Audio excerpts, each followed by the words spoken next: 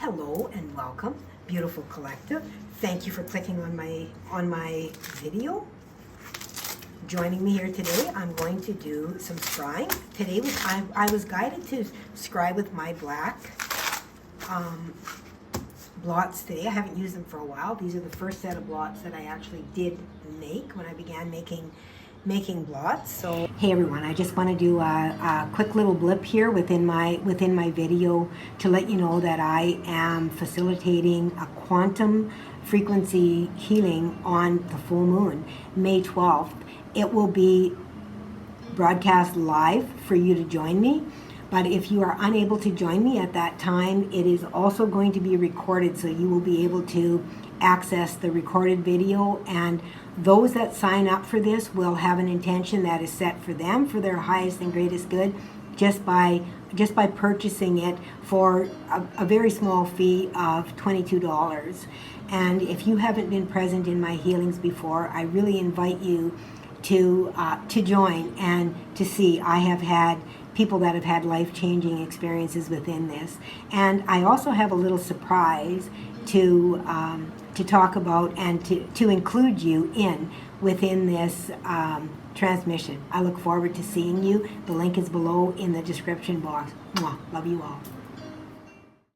So let's take a look at what we're seeing here within this swatch. I'm seeing a lot of wings. A lot of wings. I'm also seeing, the first thing that I come to here, it's like almost like a mask being pulled here. And this looks like a serpent coming down. Okay, and this looks like, this looks like the hands of Fatima, you know, that goes like this. That's what this is looking like to me, with the, you know, the thumbs out on either side. So you might want to look into that as well. See the thumbs here and then up here. But it looks like, yeah, like this part of it, the center of it here, looks like a serpent and meeting here. Okay, again.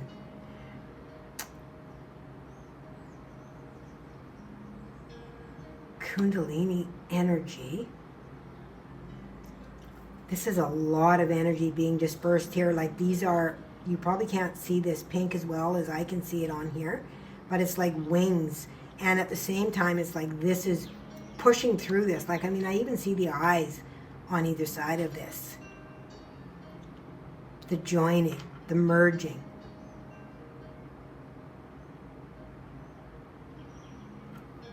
Converging. Spirit has been bringing that to me a lot. Convergence.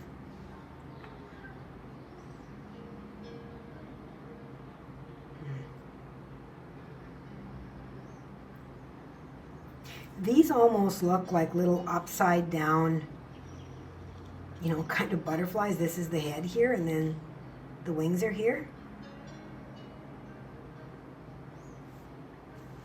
Okay, let's see what the second one brings. I didn't even know I was going to do a second one until... Oh my goodness. Look at this, you guys. A ram, like Taurus energy. Taurus. Hathor, Horus, whatever resonates with you. This looks like lungs to me at first glance, like I'm getting lungs, so something about the breath here. And then this, oh my gosh, this looks like a man here, or a woman, you know, on one leg and leaning over, like they're shaking out a blanket or something. I don't know, maybe I can bring this up in here and see if you can see that. Can you see that there? Like right there, this looks like a man here. They had the arms and they're shaking out a blanket or throwing something out here. Okay, this is a crazy, like flying carpet. Okay, you guys, I had the flying carpet a few days ago in a reading that I had, a magic carpet or whatever. Genie energy, and this here is... Okay, isn't that fascinating? I just got a hit with this. This here, this energy that's around, and interesting how they brought out the black swatches. This energy here is about somebody with this is about somebody with dark magic. Okay, this is an intentional putting things out to hurt someone. And what's happening here is that, I don't know, like I'm almost seeing this as a dance, and this as well. Like this here is reaching out and protecting this. This is like a cleansing, a shaking out of something.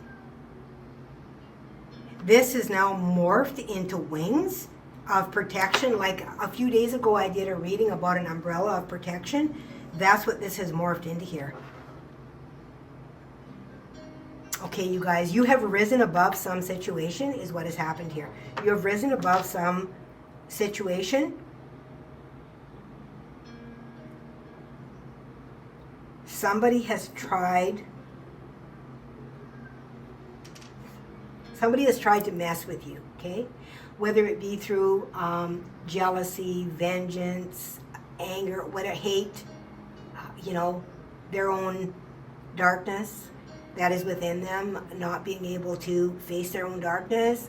A lot of people like to blame others for it. And that's what this is talking to me about. Very, very interesting. And this is interesting. And on the bottom of this Master's deck is Ishtar. Follow your heart, truth prevails. And Ishtar is love and war. Okay? This is all about the balance of it. Not putting up with anybody's bullshit. Okay? But it's not about retaliation. It's about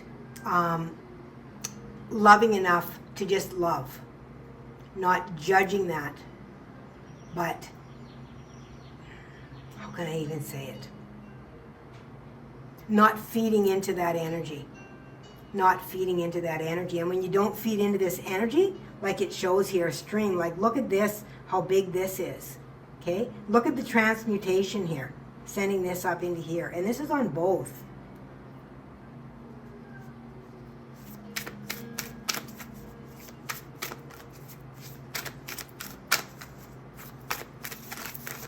Wow.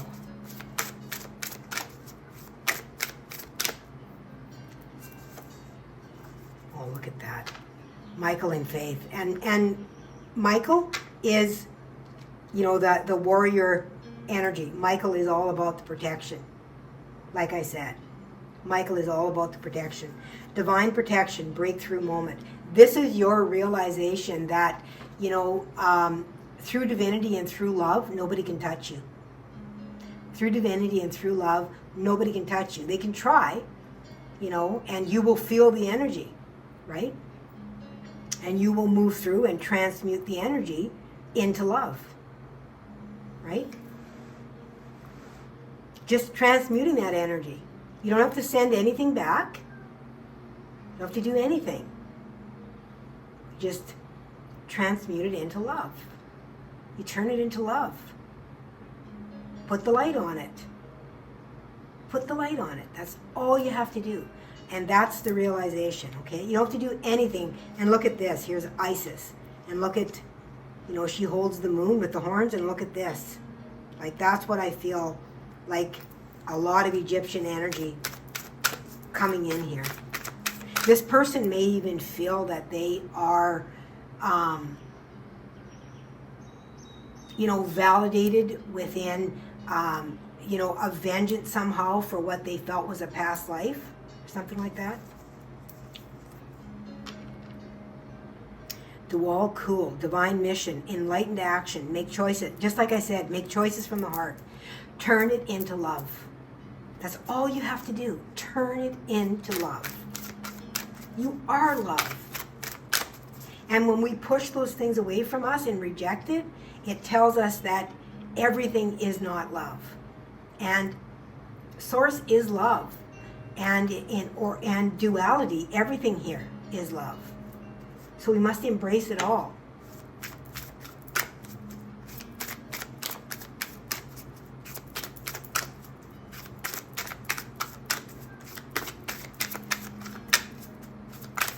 You know, I just had something come to me, like everybody says, like, you know, we're here for a journey of ascension, and yes, I believe that that is part of it. But, you know, I think a lot of beliefs come from the mainstream as well, and social media and different things like that, listening to other people.